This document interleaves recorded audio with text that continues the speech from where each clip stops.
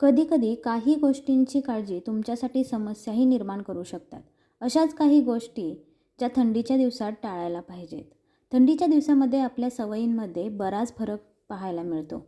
थंडीत खास करून त्वचेची काळजी नेहमीपेक्षा जास्त घ्यावी लागते. पण लोक काळजी घेण्यासाठी अशा काही गोष्टी करतात ज्याने आरोग्याचं नुकसान होऊ शकतं. कधी-कधी काही गोष्टींची काळजी तुमच्यासाठी समस्याही निर्माण करू शकतात. अशाच काही गोष्टी आहेत ज्या थंडीच्या दिवसामध्ये टाळायला पाहिजेत.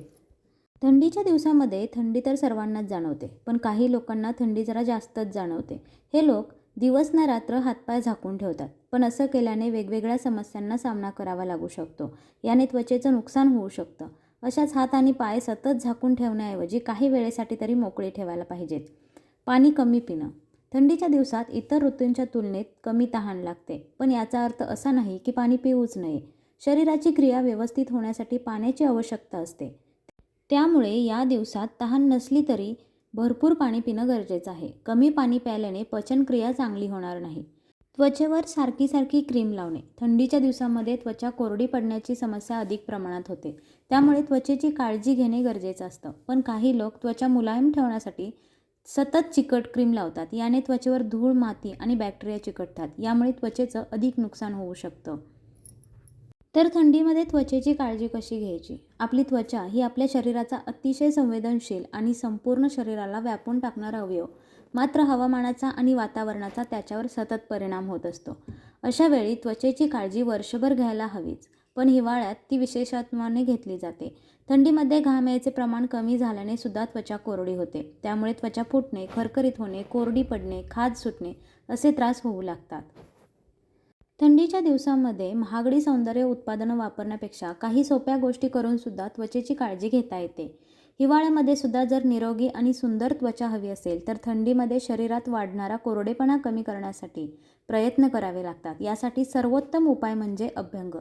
म्हणजेच तेल लावलं तर त्वचेला आतून बाहेरून आवश्यक ते सर्व पोषण मिळतात. खोबरेल तेल किंवा ॲलोवेरा किंवा तिळाच्या तेलाने मसाज करून अंघोळ करणं हा सुद्धा सर्वोत्तम उपाय आहे.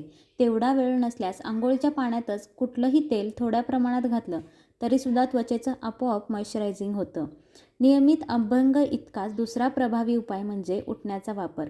उटण्यामध्ये अनंतमूळ, ज्येष्ठमध, वाळा, हळद, दारू हळद अशा अनेक सर्वोत्तम वनस्पतींचे मिश्रण असते, ज्या त्वचेला स्वच्छ तर करतात, पण त्वचेवरील दोष दूर करण्यासाठी सुद्धा समर्थ असतात. उटण्याचा अजून एक फायदा म्हणजे त्वचेला उचित स्निग्धता मिळते. रात्री बदाम भिजवून सकाळी त्याची सालं काढून पेस्ट करून ती संत्र्याच्या रसात मिक्स करून लावावी.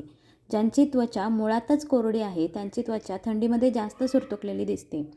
अशांनी मध आणि लिंबू रस किंवा साखर आणि लिंबू रसाने स्क्रब करावा.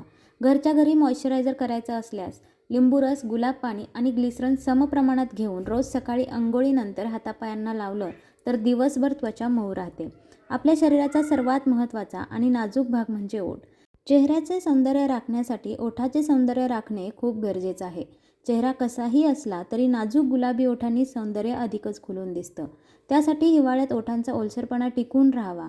त्यासाठी ओठांची त्वचा खूप नाजूक असल्याने त्यावर हवा व थंड वातावरणाचा थेट प्रभाव पडतो.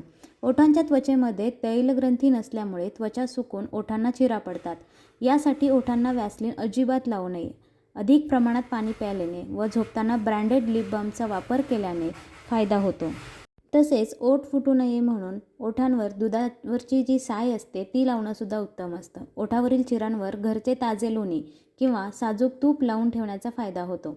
हिवाळ्यामध्ये तळपायांना विशेषतः टाचांना भेगा पडतात. शरीरात अतिरुक्षता वाढल्याने भेगांमधून रक्त येणं यासारख्या सुद्धा तक्रारी येतात.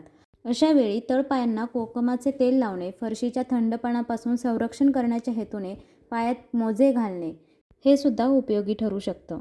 थंडीमध्ये चेहरा मऊ व चमकदार ठेवण्यासाठी तुम्ही नारळाचे तेल, दुधावरची साय, कोरफड, गुलाब पाणी, व्हिटॅमिन ए, पपई आणि बेसन यासारख्या नैसर्गिक गोष्टीसुद्धा वापरू शकता, ज्या त्वचेला मॉइश्चराईज करतात आणि पोषण देतात.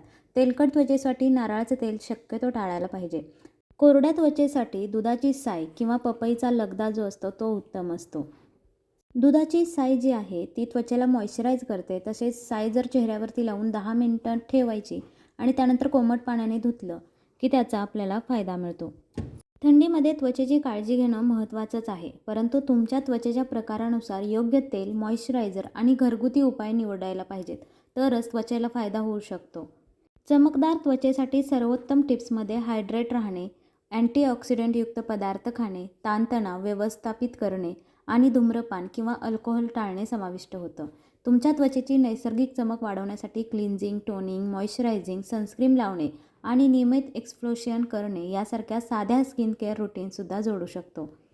तुम्ही काय खाता, कसे झोपता, ताणतणावाचे व्यवस्थापन कसे करता, हे सर्व तुमच्या त्वचेवर परिणाम करतं. आता वारंवार पडणारे जे प्रश्न आहेत ते कोणते असतील, तर चमकदार त्वचेसाठी सर्वोत्तम फेस पॅक कोणता आहे? नैसर्गिकरित्या चमकदार त्वचेसाठी हळद, मध, दही, बेसन यासारख्या घटकांसह फेस पॅक वापरून बघा. त्वचेला उजळ करण्यासाठी, डाग कमी करण्यासाठी आणि त्वचेची नैसर्गिक चमक वाढवण्यासाठी ओळखले जातात. तर ही माहिती तुम्हाला कशी वाटली हे कमेंटमध्ये जरूर सांगा. व्हिडिओ आवडला असल्यास व्हिडिओला लाईक करा व चॅनलला सबस्क्राईब करायला मात्र विसरू नका.